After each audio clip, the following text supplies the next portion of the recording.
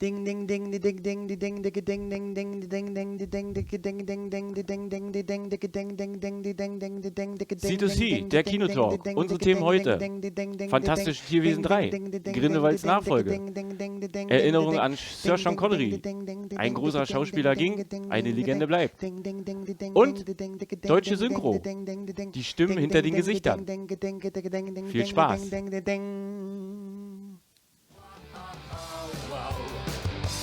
Shame of things to come. Shame of things to come.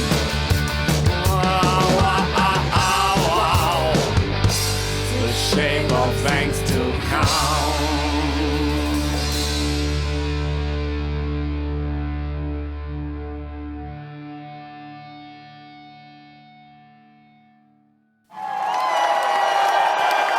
Hallihallo! Hallöchen. Ja, Runde 3. Heute aus unserem improvisierten Studio wieder hier in der Volksbühne Ueckermünde. Ja, danke als erstes an unsere Community, die das Ganze schon geliked hat, kommentiert hat, verbreitet hat. Super, super. Da freuen wir uns natürlich ganz, ganz doll. Ja, und danke natürlich auch für die Zusprüche und danke auch für die Kommentare und für die konstruktive Kritik, die ihr natürlich dann auch reinschreibt, uns auch persönlich angeschrieben habt. Das ist super und das soll auch weiter so bleiben. Ja, also wir haben natürlich auch gehört, dürfen wir das verbreitern etc. und dürfen wir das auf unsere Seite stellen. Ja, das sollt ihr sogar. Ja, also wir freuen uns natürlich, wenn ihr das Ganze liked, kommentiert, auf eure Seite stellt, Freunde darauf hinweist, ey, schaut euch das mal an. Also da sind wir natürlich die Ersten, die sagen, jawohl, immer weitermachen. Ne? Und dürft ihr natürlich machen. Bei den Kommentaren, die natürlich da drin sind, bitte denkt immer dran, wir produzieren so vor. Ja, also ihr könnt das natürlich alles schreiben, aber es kann natürlich sein, dass es erst in die nächste Show mit reinkommt. Ja, aber es wird wirklich bearbeitet, keine Angst. Ja, wir machen das und wir freuen uns natürlich auch, wenn ihr weiter so fleißig schreibt. Ja, und da sind wir auch schon beim ersten Thema. Und ja, was wollen wir heute besprechen, Christian? Also wir fangen einfach mal an mit Fantastische Tierwesen 3. Ja. Von David Yates. Es ist ja ein bisschen was durch die Presse gegangen. Ja, ja. Ich dass hörte. Johnny Depp nicht mehr Grindelwald spielen darf. Oder Ja.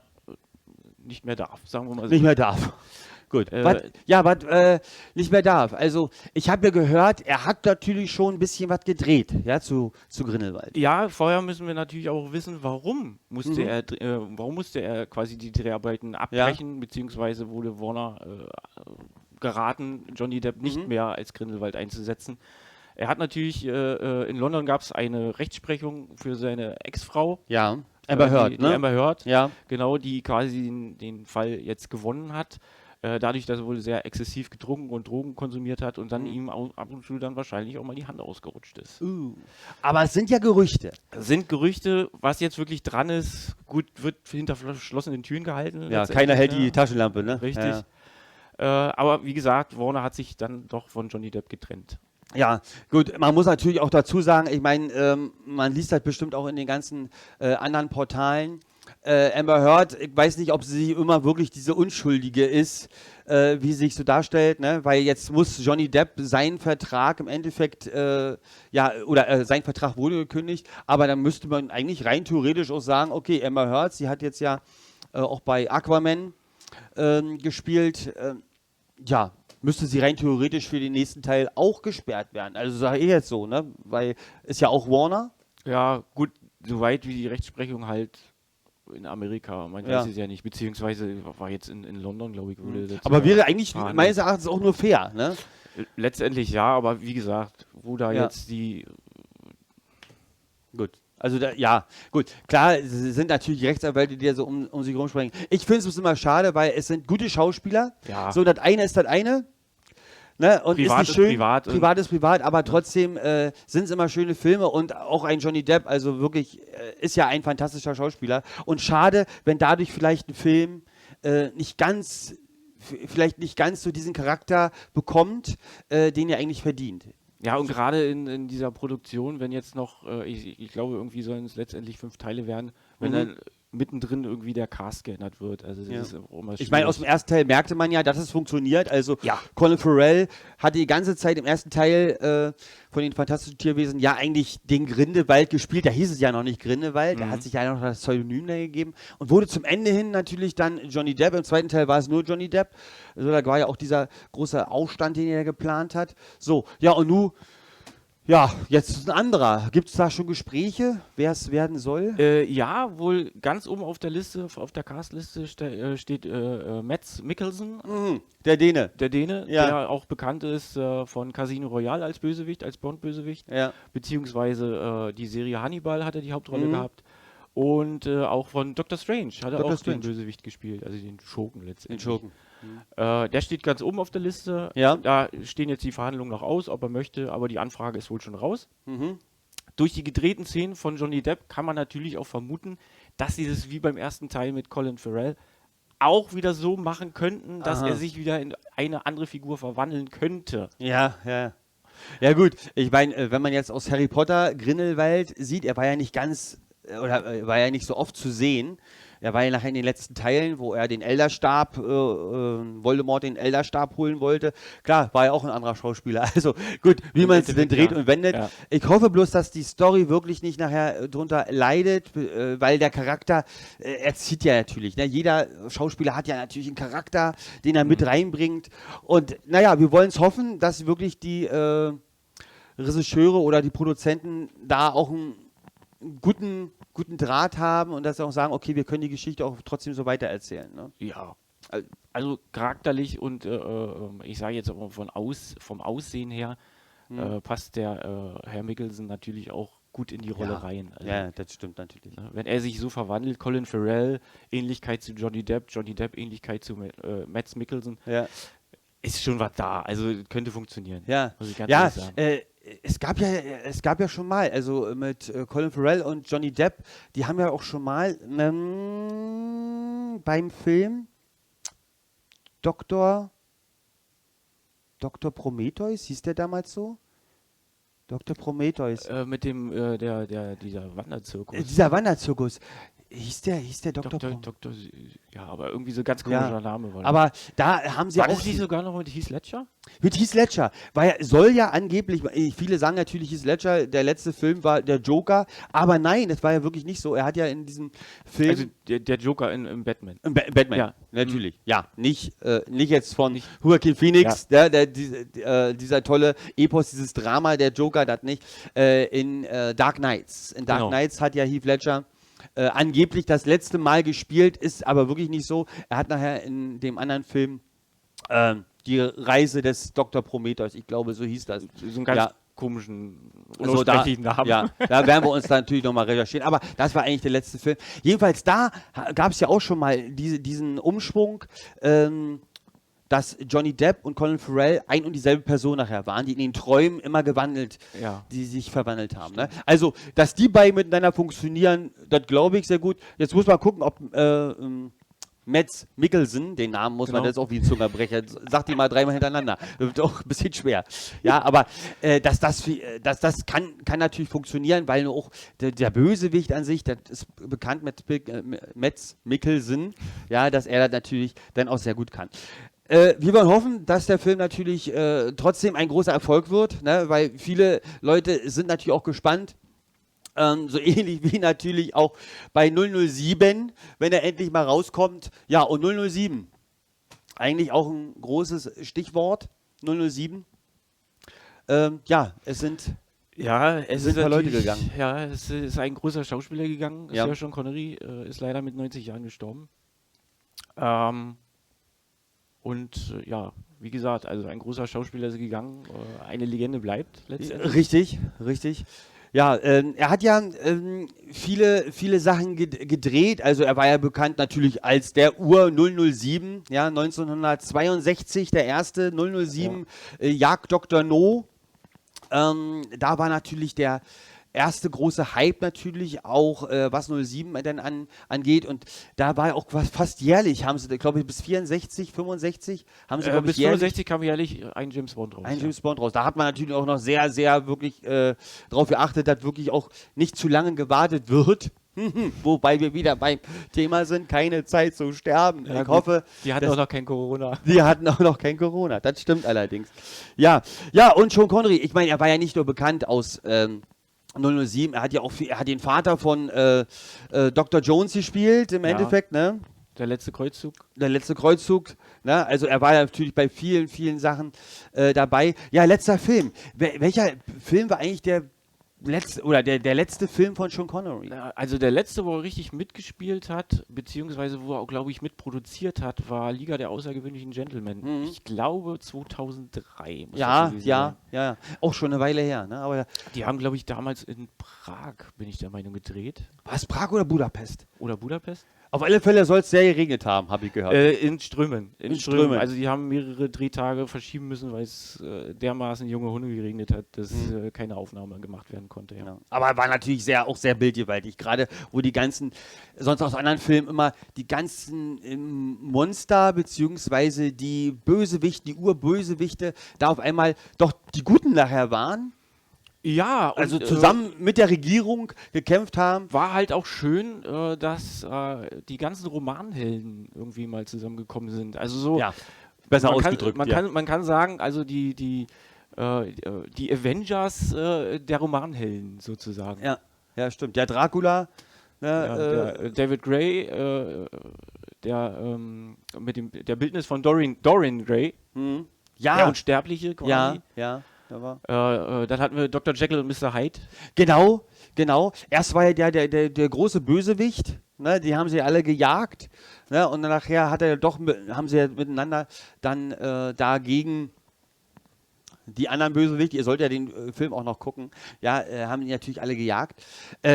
Ja, so dieses Hulk-Pendant. Ja, genau, so ein bisschen, genau. da sind so Ne? Manchmal Parallelen braucht man zu ja erkennen, Dr. Jekyll und manchmal braucht man aber auch Mr. Hyde. Das ist so. Ja, dann war auch, was ich auch gut fand, sie haben auch jetzt den Nautilus, ja. Captain Nemo, ja, dass sie ihn mal ganz anders dargestellt hat. Ansonsten war er immer so, mehr so, mit Schiffskapitänsmütze und, so ein bisschen den Captain Eagle mal rausgeholt. Und da war er auf einmal, wie so ein Sultan kam er rüber in dem Film. Ja, so ein bisschen arabisch oder indisch, so ja, in diese Richtung ja, ging's da. Ja. ne, und das fand ich auch mal schön, mal so den Charakter ein bisschen anders gestaltet. Also das fand ich wirklich in dem Film sehr gut. Und dann ja, natürlich Sean Connery als Quatermain. ja, Also auch das jeder Schuss sitzt. Pendant zu Indiana Jones und Ja. also so ein Abenteurer letztendlich, ja. Ja. Schön. Ja, also wunderbar. Also wirklich, dieser Mann hat sehr viel für den Film natürlich getan und wirklich auch mit den Jahren hat er trotzdem die Rollen, die er dann gespielt hat, waren nie irgendwie, dass man sagt, nur hör mal langsam auf. Sondern er hat sich wirklich mit dem Alter sehr gut in die Filme auch reingebracht. Ja, war immer so sehr gentleman-like. Ja. Also man hat ihm auch diese Charakterrolle vom Elend Sir oder Ja. auch vom Gentleman an sich, also diese englische Art und Weise natürlich gut abkommen. Die hat er sehr gut gemacht, ja. Ja, also großer Schauspieler. Ja, jetzt hat man gehört, gestern habe ich es gerade in den Nachrichten gehört, jetzt sollen ja Teile aus 007, Jagd Dr. No, Ja. versteigert werden. Und zwar im kalifornischen Auktionshaus Julians, das heißt sogar Julians Auktion. Da wird jetzt die Pistole, die damals Bo Derek getragen hat mit ihrem wunderschönen Bikini, die Pistole, also aus dem Jahre 1962, soll jetzt versteigert werden. Es sind ganz kuriose Zahlen aufgerufen worden. Also angeblich ein Marktwert bis zu $200.000, also umgerechnet ungefähr 169.000 Euro. Ruft das Auktionshaus erstmal auf. Mal gucken, wer nachher im Endeffekt das Ganze kauft, ob es verkauft wird oder ob es dann doch eine karitativen Stiftung dem 007-Museum, was es wahrscheinlich noch nicht gibt, aber vielleicht irgendwann. Ja, vielleicht gibt es ja schon eine Ian Fleming Stiftung oder irgendwie so. Das mag sein. Sturmgeschädigte, dadurch, dass er auch auf den Bahamas gelebt hat. Stimmt. Man weiß es ja nicht. Man weiß es ja nicht, so ja. Viel Ja, und da ist ja auch die letzte Ruhestätte im Endeffekt, da hat es ja auch, ne? Er ist ja eigentlich gebürtiger Schotte, er ist ja ein Edinburgh, sagen wir immer, aber ich glaube, der Schotte an sich sagt Edinburgh. Ja, Edinburgh, genau. Edinburgh, ja. Da kommt er her, da ist er geboren. So, und jetzt soll ja die Asche, soll jetzt ja geteilt werden, sozusagen. Ja, Ne? die Witwe hat sich auch nochmal zu Wort gemeldet und hat gesagt, sein letzter Wunsch war, dass die Asche also quasi auf den Bahamas und in Schottland verstreut werden soll. Gut. Ja, so hat er natürlich dann beides, also wahrscheinlich auch der letzte Wille ja von ihm, dass er eben seine Wahlheimat, die Bahamas, wo er jetzt lebte, dass er das eben da verewigt werden möchte und natürlich hat aber auch zu seinen Wurzeln zurück sein Schottland nicht vergessen. Ja. Und also finde ich natürlich auch eine schöne Sache. Klar ist es immer so ein bisschen, naja, man sollte doch zusammenliegen. Es gibt natürlich da auch, wir reden jetzt mal wieder von der Kirche, dass das eigentlich nicht gemacht werden soll, aber es ist der letzte Wille von ihm. Und, der letzte Wunsch, ja. Der letzte Wunsch und ich glaube in dem Fall, er hat sehr viel natürlich für den Film getan, dann sollte man ihm das auch gewähren. Also finde ich jetzt auch. Ja. Weil so haben seine Angehörigen, die jetzt auf den Bahamas, wahrscheinlich auch Kinder, die da leben und seine Freunde haben natürlich was von ihm, ja, wo sie auch hingehen können, wo sie sagen können, hier ist er nochmal und natürlich auch die Leute aus Edinburgh, ja, dass die ihn natürlich auch nochmal besuchen können. Ja, auch hier, also Sean Connery, ne, rest in peace, Ruhe in Frieden. Danke, dass du uns wirklich so schöne Filme bereitet hast, dass du uns gezeigt hast, dass 007, der U-007, dass das auch immer weitergehen kann. Ja, dass eben der Gentleman an sich auch noch weiterlebt. Ja, nun wollen wir hoffen, dass der Film auch wirklich bald mal in den Kinos startet.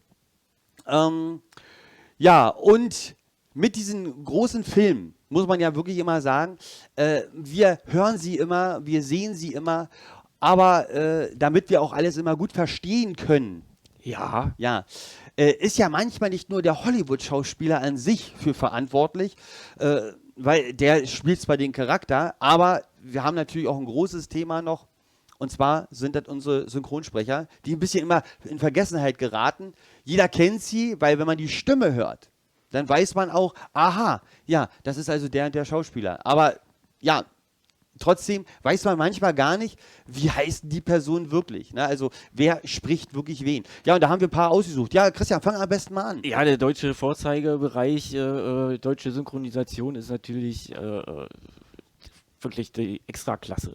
Also wenn man in andere Länder schaut, wird es gar nicht so gehandhabt. Das ist ja eine Riesenindustrie, die bei uns mittlerweile Fuß gefasst hat. Richtig.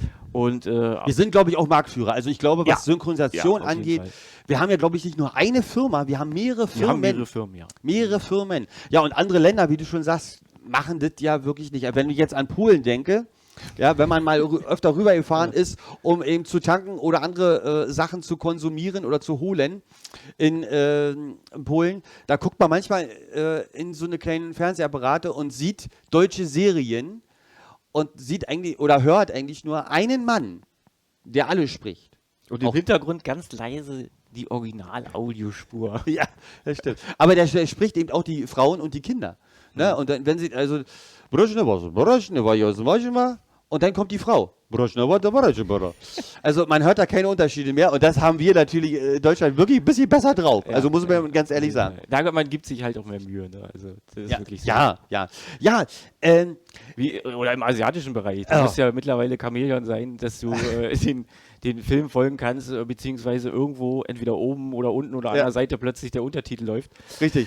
Das ist wirklich so. Einige haben uns mal erzählt, ich selber war im asiatischen Raum noch nicht im Kino, muss ich ganz ehrlich sagen, aber es gab schon einige Leute, die uns erzählt haben, dass der Originalfilm, also meistens ja englische Filme, die sind ja auch da sehr, sehr begehrt, die laufen dann immer so ab und dann unten sieht man auf Mandarin halt dann die Untertitel, beziehungsweise die wissen dann erst, wann es läuft. Wahrscheinlich hat der Asiate sich schon dran gewöhnt, ja, der dann immer so mit einem Auge hochguckt und mit dem anderen Auge runter, weil sonst, man kann doch dem Film irgendwann nicht mehr folgen. Also, wenn du damit aufgewachsen bist, bist du damit aufgewachsen. Aber da kann wirklich, kann einiges noch gemacht werden und einiges sich noch, kann auch besser werden, würde ich sagen. Weil wirklich unsere Filme, die wir denn hier synchronisieren, die kann man wirklich immer zu jeder oder jedem Menschen eigentlich präsentieren und jeder weiß, guck mal, doch, ich weiß über alles Bescheid, was in dem Film läuft. Und das machen wir schon eigentlich sehr, sehr gut. Na, muss ich ja, gibt es eigentlich gute Beispiele? Also, wer ist eigentlich, wer spricht eigentlich wirklich Berühmtheiten? Hast du da irgendwie? Ja, Manfred Lehmann zum Beispiel, also auch bekannt aus Film, Werbung Ja. und natürlich die Synchronsprecherstimme von Bruce Willis zum Beispiel. Ja, Bruce Willis, also sehr bekannt eigentlich, also Manfred Lehmann, ne? Und selber ja auch, großer Schauspieler auch Selber gewesen. Schauspieler in Ne? Serien aufgetaucht, ich glaube in einigen also privaten Filmen glaube ich noch nicht mal, aber im öffentlichen Rechtlichen Ja, ist er unterwegs. Öffentlich-rechtlichen. Na doch, er hat private Filme, glaube ich, also so auch dieser Sat.1-Gruppe an sich, die hat auch kann einiges sein, schon dass mit er ihm da so mal drin war, ja. gedreht, ja. Ja, doch, so Serienheld war er da auch. Ja, Ja, ansonsten Werbung macht er viel, Werbung macht er Radiowerbung. viel, ja. Ist ja auch eine markante Stimme letztendlich. Ne? Kurt Russell hat er auch gesprochen. ja. Oder spricht zum Teil Kurt Russell. Sehr schön. Ja, ich habe mir noch einen aufgeschrieben, den hast du, ich kannte bloß immer, klar, die Stimme von Brad Pitt, beziehungsweise Kiefer Sutherland, ne? Kennt man. Ja, ganz groß, ja. Super, ne? Aber ich habe wirklich nach dem Namen gesucht, so schlimm ist es eigentlich. Man kennt die Stimme, weiß aber öfter gar nicht den Namen. Tobias Meister. Tobias Meister. Tobias Meister, einer wirklich der Großen, ja, der selber auch Regisseur, Produzent ist, aber wirklich noch die Großen sozusagen auch spricht.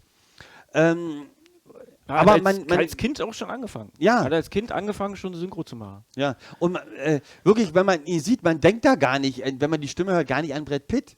Ja, aber nee, überhaupt nicht. Ja, Ne? nee, Tobias Meister sieht aus wie so ein netter Typ von nebenan. Aber ein netter Typ, ne? Und dann spricht er so Sachen wie Brad Pitt. Ja, Sexiest Man on Life. Ja, wo natürlich auch die Stimme, auch wirklich auch im deutschen Raum, hört die Stimme natürlich auch in Verbindung zum Körper. So, und er hat halt Brad Pitt hier so groß gemacht, dass auch im deutschen Raum eben die Leute auch komplett auf Brad Pitt auch abfahren. Ja, muss man auch so sagen. Also Stimme macht da natürlich sehr viel. Ja, Erste Stimme von Brad Pitt, glaube ich, war in 7. die er denn gemacht hat. Ja. In 7. Auch schon eine Weile her. Ne? 7. Obwohl auch ein sehr schöner Film. Es geht ja um die 7 Todsünden. Sehr, sehr schön gemacht. Morgan Freeman. Morgan Freeman hat da den Ermittler ja gespielt. Er war ja eigentlich dieser junge Auszubildende von ihm, wenn man so will. Ne? Genau. Der erstmal in Gerade diesem, frisch drin. in diesem Gut, Mord. man merkt auch, wenn man den Film jetzt nochmal guckt, dass Tobias Meister natürlich da auch noch ein bisschen jünger war. Also die Stimme war dann auch dementsprechend auch jünger und ist dann halt mit dem Schauspieler dann auch gealtert letztendlich. Deshalb ist Wie es es eigentlich auch sein soll. Ja, das ist eigentlich auch das Schöne, weil der Mensch altert an sich, also die Stimme müsste auch. Darum, wenn dieser ganze Wechsel, das hat Deutschland eigentlich schon sehr, sehr gut gemacht, dass man wenn ja einmal derjenige ist, der eben den Film spricht oder die Schauspieler spricht, dass man eben auch dabei bleibt. Ne? Hat natürlich auch immer ein bisschen was mit Geldern zu tun, klar. Die verdienen jetzt auch nicht nur eine Mark 50. Nee. Ne? Klar, je größer natürlich derjenige ist, den ich synchronisieren soll, umso mehr ist ja auch der Marktwert für die Stimme. Sind letztendlich aber dann auch nur Bruchteile von den Schauspielergagen. Ja, aber ist natürlich doch was anderes, als wenn ich jetzt eingeladen werde und soll John Beton und Nuno Mischerband sprechen. Ja, zum Beispiel. Ne? Und dann kommt jemand, ja, hier kommt die Stimme von Brad Pitt. Also, das ist schon, ich glaube, doch eine andere Hausnummer. Die sind ja auch andere Hausnummern, ja. Ja, das ist auch so. Viele Synchronsprecher machen ja nebenbei auch, spielen auch Theater. Ja. Ja, oder wenn wir jetzt bei Tobias Meister zum Beispiel noch bleiben, in den letzten Star Wars Filmen hatte sogar Yoda gesprochen. Wenn man genau hinhört, hört man auch die Stimme raus. Ja. Oder muss er sich aber auch ganz schön was angewöhnen, ne? In deine Schuhe gekackt ich habe. Ja, genau. Also man muss dann auch natürlich auch ein bisschen die Grammatik natürlich dann auch ändern. Ne? Ja, aber Ja, schön. Ja, das ist Kunst kommt von Können. Kunst kommt von Können. Da hast du recht, ja. Ja, und zum Beispiel aber auch Anthony Hopkins, auch eine sehr, sehr markante Stimme, gerade was Hannibal oder Hannibal, überhaupt die Stimme von Hannibal, ne, die er ja da gesprochen hat, war ja natürlich sehr, sehr einprägend und hat sich auch Sätze, die möchte ich jetzt hier natürlich wiederholen, weil ja auch einige Jüngere wahrscheinlich auch zugucken. Na, aber dieser Satz an sich, der verfolgt einer natürlich und jeder weiß, um welchen Film es geht. Ne? Ja, und wer hat die gesprochen? Hast du da Joachim Kerzel. Wie Joachim er selber Kerzel. gesagt hat, das alte Krokodil. Das alte Krokodil. Er bezeichnet sich also selber gar nicht als alter Hase, ne, sondern als altes Krokodil. Ja. Also wirklich, Synchronsprecher, guckt euch die haben überall auch einen Account, also man kann sich die auch nochmal auch angucken. Und es gibt auch andere Portale, die da schon gute Sachen drüber gedreht haben. Also so ein bisschen auch so die Biografie von den Audiosprechern oder Synchronsprechern auch ein bisschen gemacht haben. Guckt euch ruhig mal an, ist wirklich sehr, sehr interessant. Dass man eben auch mal weiß, als Zuschauer von Filmen, und man kennt immer, aha, ja, ich kenne den Menschen und ich kenne die Stimme, die deutsche Stimme dazu, aber wie sieht der Mensch dahinter aus? Richtig. Also wenn ihr wollt, können wir natürlich auch ein paar Synchro-Videos oder Interviews in den Kommentaren verlinken. Genau. Dass ihr da auch mal selber euch mal informieren könnt, wie jetzt letztendlich der Synchronsprecher aussieht oder wie die Stimme und dieser Aha-Moment, wenn du die Stimme hörst.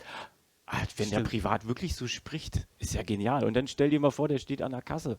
Genau, Irgendwo in einem Supermarkt oder so weiter. Und der sagt, du bist doch die Stimme von dem und dem. Mhm. Ja.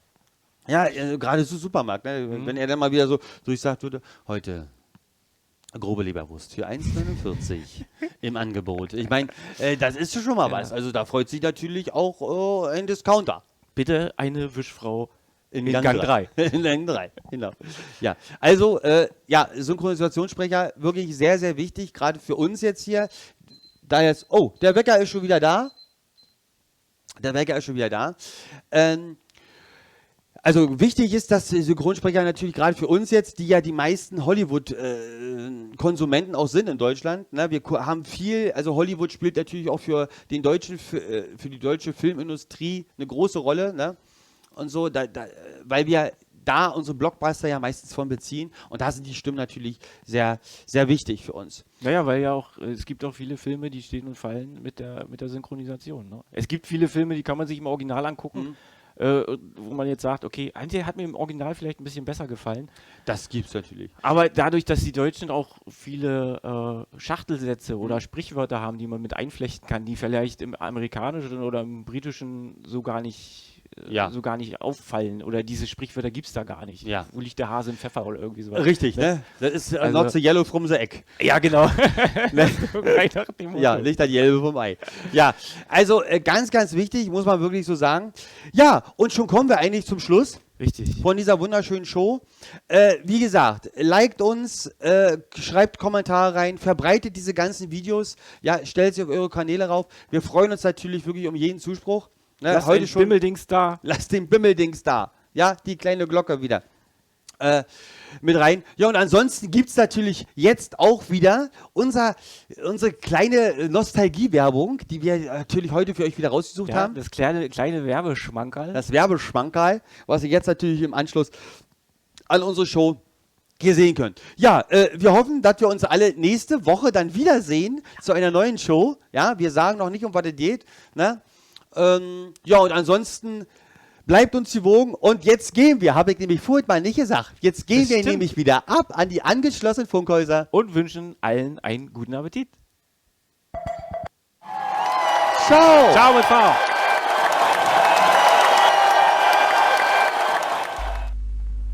Jugend und 4711, die gehören zusammen. Beides ist Frühling, beides ist Frische, beides ist unbeschwerte Lebensfreude. Ja, überall, wo junges Leben sich im Tanze wiegt, da ist 4711 immer dabei. Tief einatmen, dann aufatmen. Und weiter geht's. Und wenn schon mal bei einer Party der berühmte tote Punkt aufkommen will, was macht's?